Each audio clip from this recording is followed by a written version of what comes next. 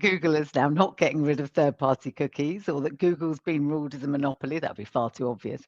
What might have snuck under the radar is there was an article this week in Adweek about the state of the industry, and this was talking about the number of people we have in the industry, how much they're paid.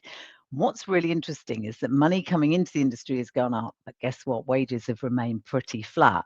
And in a period of 5 years, it's a 1% increase in the number of people coming into our industry. And I was thinking, I'm not actually surprised, but I think we need to do something about this. We have to show that this industry is, I've been in it 30 years this year.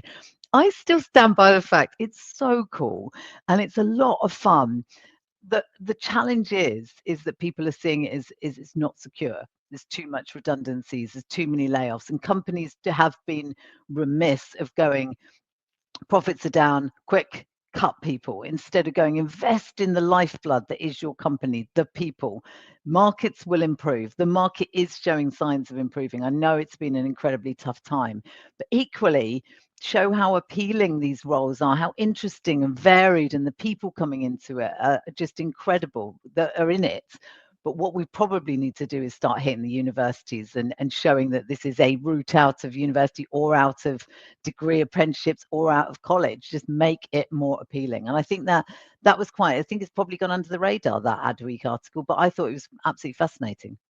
That's why I didn't see that. In the old days, it was the cool thing to go into Adland, and you'd start off on the graduate trainee schemes. And I remember I applied to a whole bunch of them when I was at university and ended up with J. Walter Thompson, may it rest in peace. And I landed in the media team because I felt that you'd end up doing a lot of photocopying if you went into the account handling team. Whereas in the media team, there weren't enough people, so you had to think and do. So it was much more hands-on. And I really enjoyed jumping straight in there. But it was one of the things that there were the rounds around the university rounds. Are we not recruiting enough from the best universities? Are we losing them all out to, where were you losing them to?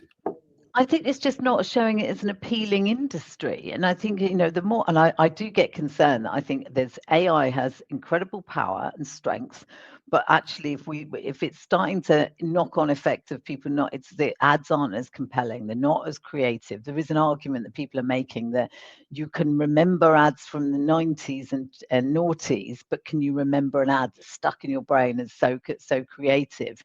And what we don't want to go down the path is it's all about a numbers game. It's just solidly about, because it's harder to reach audiences. And I think we have to start showing that advertising still remains a very innovative and creative vehicle and channel to reach consumers in a fun and engaging way. And also that the actual job and the variety of it can be interesting. What companies need to look at is obviously trying to, you hear terrible stories, James, and you probably do too, of just long hours, low pay, threat of redundancies. None of this is making it appealing to people. I mean, I would say from my own experience now, I've run a company, the Digital Voice, for 13 years. Even when there's been ups and downs, and of course we're at the coalface, we're an adtech specialist PR agency. It's not been an easy ride for a few years. The one thing I won't touch is my team, because I think they're the lifeblood and I will protect them over profit, because that's so important to me, because markets go up and down. We've both been through the 1999 crash, the 2008 shit show. So this is not news. This is just ride it, take the punches, roll with it a little bit. Don't cut the very people that are hard, because as soon as you do, it sends waves through the rest of the company and everyone starts backing off, looking for other jobs, not giving their all, which it just ends up with other people having to do longer hours, take on that work, poorer results, knock-on effects. So protect your lifeblood, protect your people. I love that, because we talk all about the technology and how everything's the most important thing, that what's the latest tech that you've got, and especially in today's AI-driven world, it's looking at the human element of it, and that is vital to what it's doing. I wanted to the article that jumped out for me this week was the Lloyd's Banking Group that reckons that on average Oasis ticket buyers trying to go to the Oasis gig this summer are being ripped off by 436 quid on average, and there are millions going, and most of the concert ticket scams are Oasis fans. I just thought that was a fascinating little stat of fraud in everyday's world, and the reason that I thought it was interesting was because of your role on the your role, and I'd love to hear a little bit about what is UK SAFC up to and why. Okay, really good. Yeah, I mean, it's a fraud, and how it impacts consumers is a massive risk and threat to us all.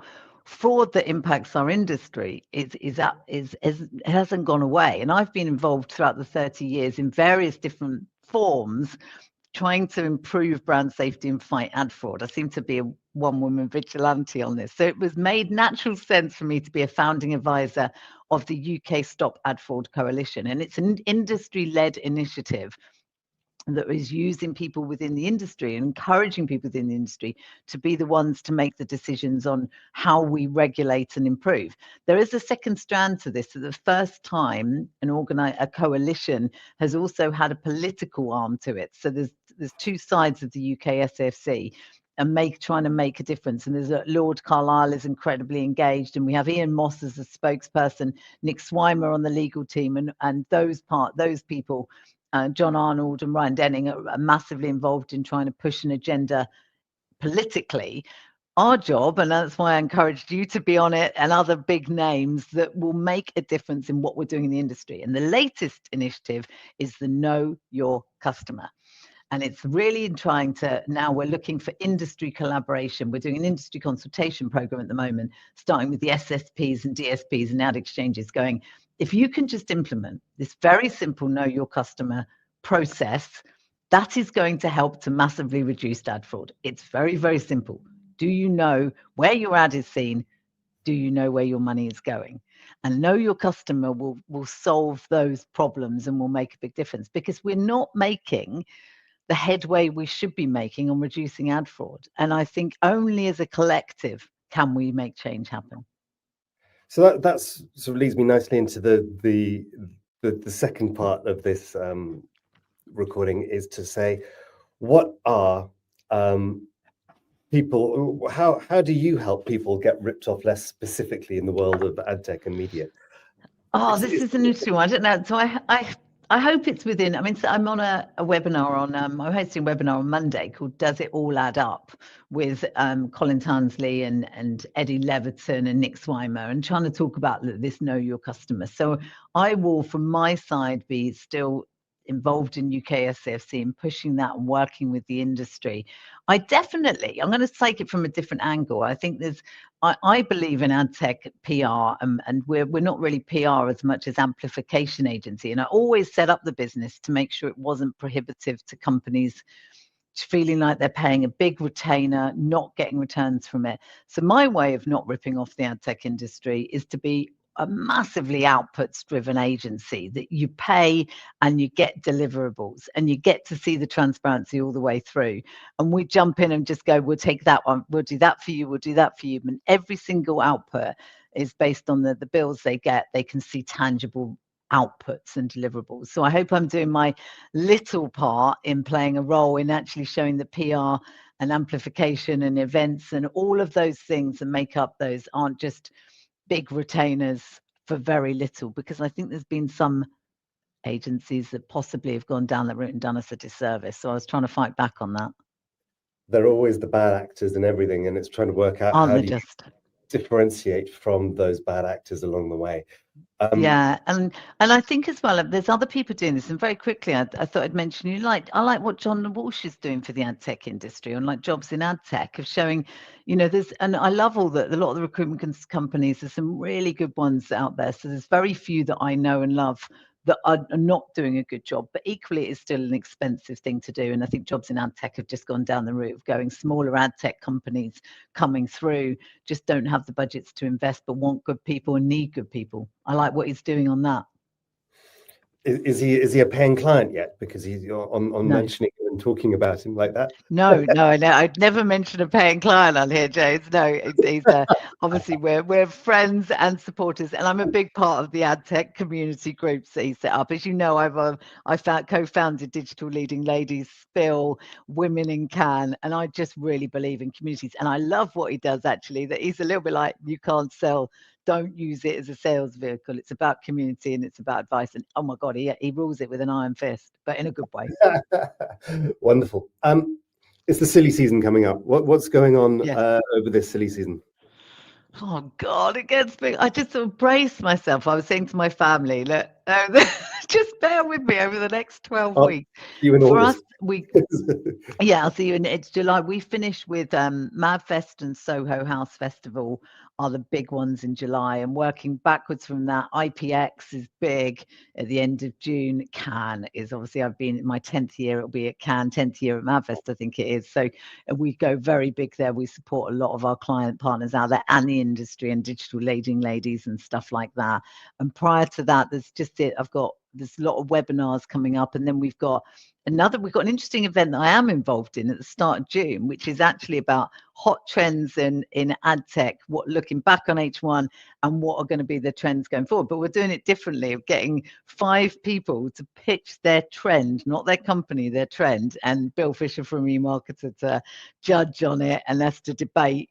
Look, this is where you got bet your dollars, and that'll be on the 4th of June. So is that more info to follow, but yeah, in person. Revving are hosting it in their office with Sentient, who do programmatic pulse. We kind of got our 3 of us, the digital voice, Revving and programmatic pulse, kind of doing this. Sounds fabulous. So I look forward to getting there. If I can get an invite. Right, I wanted to jump to the final segment of this. The quick fire round, the high five quick fire round. So here are the 5 questions I'm going to throw at you. In context of Ripped Off Less, who is your hero? Oh God, in the context of Ripped Off, I'll tell you what, Chris Pettit from Revving, because their company is responsible for making sure funding flows. And if you think about it, I think there's 50,000 companies' business went under last year just due to late payments. So what they do is they step in and take on those payments. They just had a big round of funding. I love what they're doing for the industry and the economy. So Chris Pettit, Revving. Fantastic. What's your best decision? Starting up the digital voice, no question, would be 1, love it, and stopping drinking, 2. What's your worst decision? Oh God, probably having an absolute ball for 25 years. No, my worst decision was probably, my children are both one's at uni, one's going to uni. I went to uni in 92 to 95, and I seriously partied and thought it was just 3 years of fun. I kind of regret that now. I had a laugh, but with terrible decision, really. What's your funniest moment? Do you know what? I was thinking about this. That must be terribly boring that I don't know that I have any. I did decide to show my party trick of sticking my whole fist in my mouth once. That was terrible. But one of the other funniest ones was I was at an event and I was doing a panel just before the drinks break. So I thought I'll get the whole audience involved, 200 people. I kept throwing them all questions and I'd get them to raise their hands higher, lower on questions. And then I said, I want you all, after 3, 2, 1, shout out the word that gives you the ick, or the phrase that gives you the ick. And just this audience bombarded. And the number 1 was linked in with, "We are thrilled." That takes top spot. But it was very funny. It's just, if you're a panel host, don't forget your audience are the 5th panelist, and get them involved, because it's very funny. I like that. I love that. All right, one more person. I'm going to ask you to recommend one more person for me to speak to on this, or to come to a dinner. Someone that you think you can introduce me to that might be willing, and tell me A, why they're interesting, and B, what angle you see in them that most people don't. Or maybe that's not a thing. I think probably one is Antonia Faulkner from Samsung Electronics. And I think she's been on a really important journey and now works across she's the most senior female within Samsung Media Services.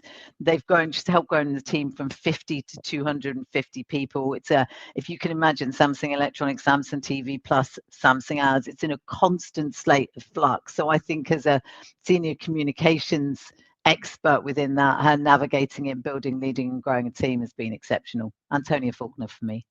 Fantastic. That's your high five. Julia, thanks so much for coming on. You're welcome. To this and having a chat with me today. And I look forward to catching up with you very shortly in person. Thank you, James. Cheers.